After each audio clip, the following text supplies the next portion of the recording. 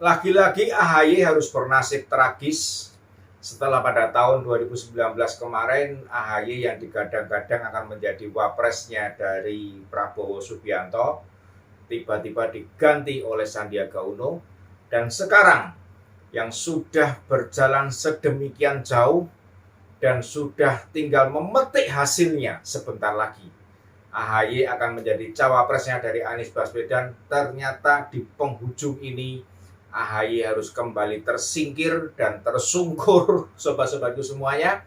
Dia digantikan dengan Muhaimin Iskandar dari PKB. Demikian berita yang kita terima baru-baru ini. Sobat-sobatku semuanya, pernyataan pers dari Partai Demokrat tampaknya menunjukkan bahwa partai ini sangat kesal sekali dan sangat marah dengan Anies Baswedan sebagai capres dari Koalisi Perubahan. Kekesalan itu ditunjukkan dalam kalimat yang menyatakan bahwa Anies adalah pengkhianat Koalisi Perubahan. Anies tidak bisa menepati janjinya dan tampaknya memang Anies sejak menjadi Gubernur DKI Jakarta sampai dengan hari ini, sepertinya apa yang dijanjikan oleh Anies, apa yang dikatakan oleh Anies selalu lebih sering tidak terrealisasi atau boleh dikatakan berbeda hasil dari apa yang dia katakan. Pernyataan pers ini sekaligus menceritakan prosesi bagaimana AHY menjadi cawapres dari Anies Baswedan. Dimulai dari sejak pertama koalisi dibentuk dan Partai Demokrat masuk ke dalam koalisi tersebut, dikatakan bahwa AHY menjemput takdir untuk menjadi cawapres dari Anies Baswedan. Dengan banyaknya gejolak yang terjadi, dengan banyaknya trik-trik politik di antara partai-partai peserta pemilu pada tahun 2024 nanti, maka pada tanggal 14 Juni kembali Anies mengungkapkan kepastiannya AHY untuk menjadi cawapres. Di situ Anies mengatakan bahwa setelah dia mendapatkan telepon dari Sang Buddha, begitu juga mendapatkan telepon dari guru spiritual yang menyatakan bahwa Anies capres dan cawapres dari Koalisi Perubahan adalah AHY. Sobat-sobatku semuanya, hal itu diungkapkan pula oleh Partai Demokrat bahwa pada saat itu ada partai yang sedang berdekatan dengan Partai Demokrat dan kemungkinan Partai Demokrat sepertinya sedang dirayu untuk bergabung dengan partai tersebut. Kita tahu semua partai itu apa. Sobat, setelah peristiwa tersebut, AHY bersama dengan Partai Demokrat mengejar Anies Baswedan agar segera mengumumkan siapa cawapresnya sesuai dengan dokumen atau kesepakatan bersama di dalam Koalisi Perubahan yang menyatakan bahwa penentuan cawapres dan deklarasi koalisi dilakukan dalam waktu yang secepatnya. Apa yang didapat oleh Partai Demokrat ternyata terus diulur dan diulur. Dan sampai suatu ketika pada bulan kemarin, Partai Nasdem sendiri sempat mengungkapkan kekesalannya kepada Anies Baswedan. Dia menyebut bahwa Anies adalah seorang yang inkonsisten. Sobat-sobatku semuanya, beginilah capres yang digadang-gadang untuk memimpin negara kita ternyata selain mendapat sebutan dari partai koalisinya sendiri yaitu inkonsisten, dan terakhir mendapat sebutan dari Partai Demokrat pengkhianat Koalisi Perubahan. Pada tanggal 24 Agustus, kembali Anies kemarin mengungkapkan kepada AHY, bahkan menuliskan sebuah memo yang menyatakan bahwa cawapres tersebut adalah AHY, dan setelah disepakati, telah disetujui oleh 3 ketua umum partai yang tergabung dalam koalisi ini. Cawapres akan dideklarasikan pada awal bulan September. Tetapi sobatku semuanya, manusia berusaha, Tuhan menentukan. Pada tanggal 29 kemarin, Surya Paloh memanggil Anies Baswedan dan menyatakan bahwa cawapres dari Anies Baswedan adalah Muhaimin Iskandar dari PKB. Bagai disambar geledek, mungkin begitulah Partai Demokrat beserta dengan AHY. Serta-merta Demokrat yang menerima kabar dari Sudirman Said langsung membuat pernyataan dan mengatakan bahwa Anies adalah pengkhianat. Sobat-sobatku semuanya, dinyatakan dalam pernyataan pers tersebut bahwa keputusan diambil sepihak oleh Surya Paloh. Di sini kita melihat bahwa Anies Baswedan yang selama ini diunggulkan oleh pendukungnya, dikatakan bahwa capres pilihan rakyat atau capres petugas rakyat, tetapi ternyata apa yang terjadi sobat-sobatku semuanya, Anies memang tidak lain dan tidak bukan, sebetulnya adalah capres yang menumpang rumah orang. Dalam hal ini adalah Partai Nasdem. Sehingga apa yang dikatakan Partai Nasdem tentu harus diikuti oleh Anies Baswedan. Apa yang diminta oleh Partai Nasdem tentu harus dijalankan oleh Anies Baswedan.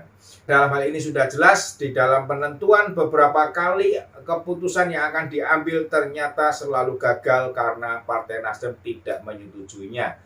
Termasuk beberapa waktu yang lalu Partai Nasdem juga mengatakan bahwa pengumuman cawapres akan dideklarasikan dekat-dekat hari pada saat pendaftaran ke KPU.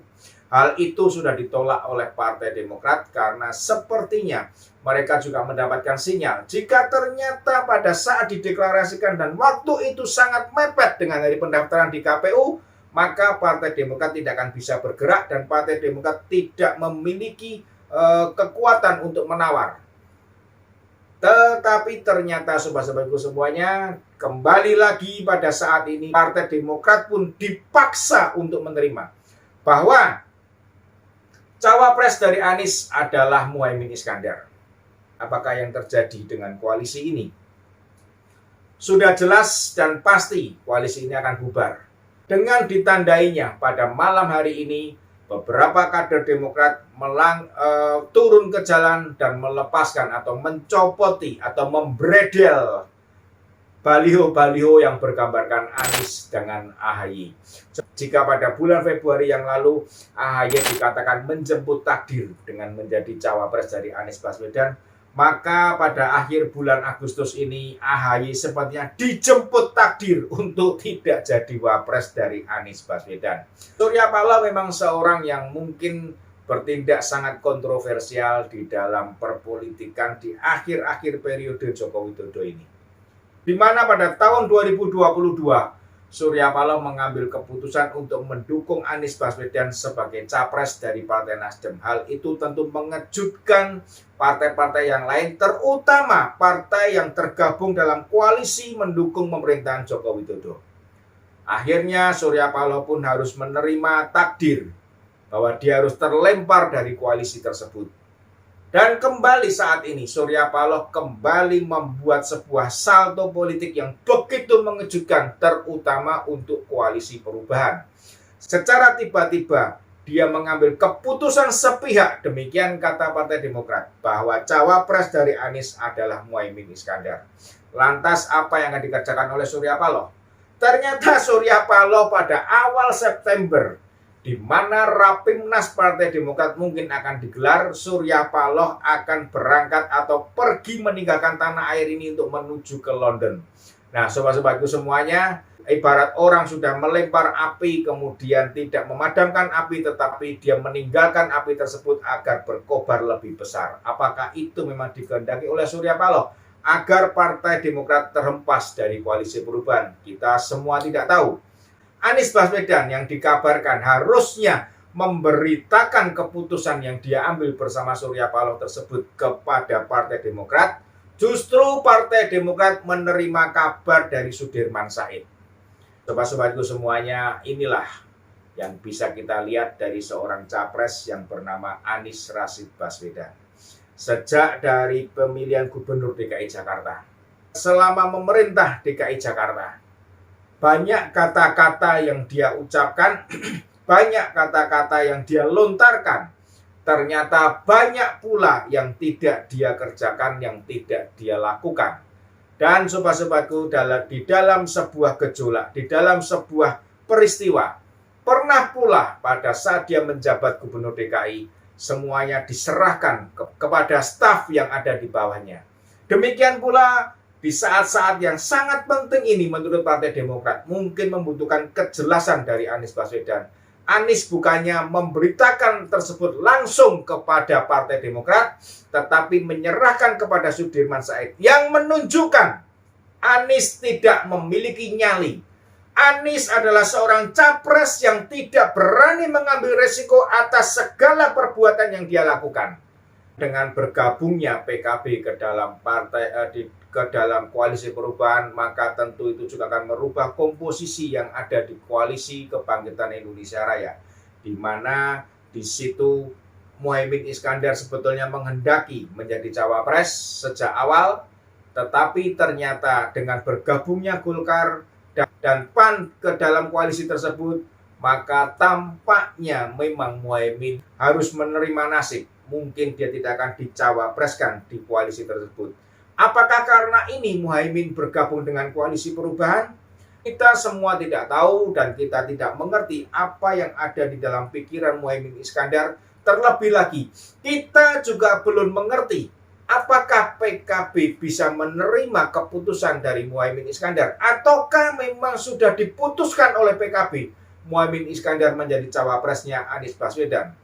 Hal tersebut tentunya mengundang pertanyaan banyak pihak, karena kita mengerti bahwa PKB memiliki basis pendukung yang berasal dari sebuah organisasi yang sangat besar di negara ini, yaitu Nahdlatul Ulama, di mana NU tidak pernah bisa menerima adanya organisasi radikal dan intoleransi yang menggunakan identitas agama untuk mengesahkan apa yang dia lakukan dan untuk membenarkan apa yang mereka lakukan dengan mengesampingkan toleransi dan kesetaraan di negara kita ini. Sobat-sobatku semuanya, kita tunggu kabar berikutnya dan kita tunggu episode berikutnya dari Koalisi Perubahan beserta dengan sang sutradara Surya Paloh. Salam Obidantos.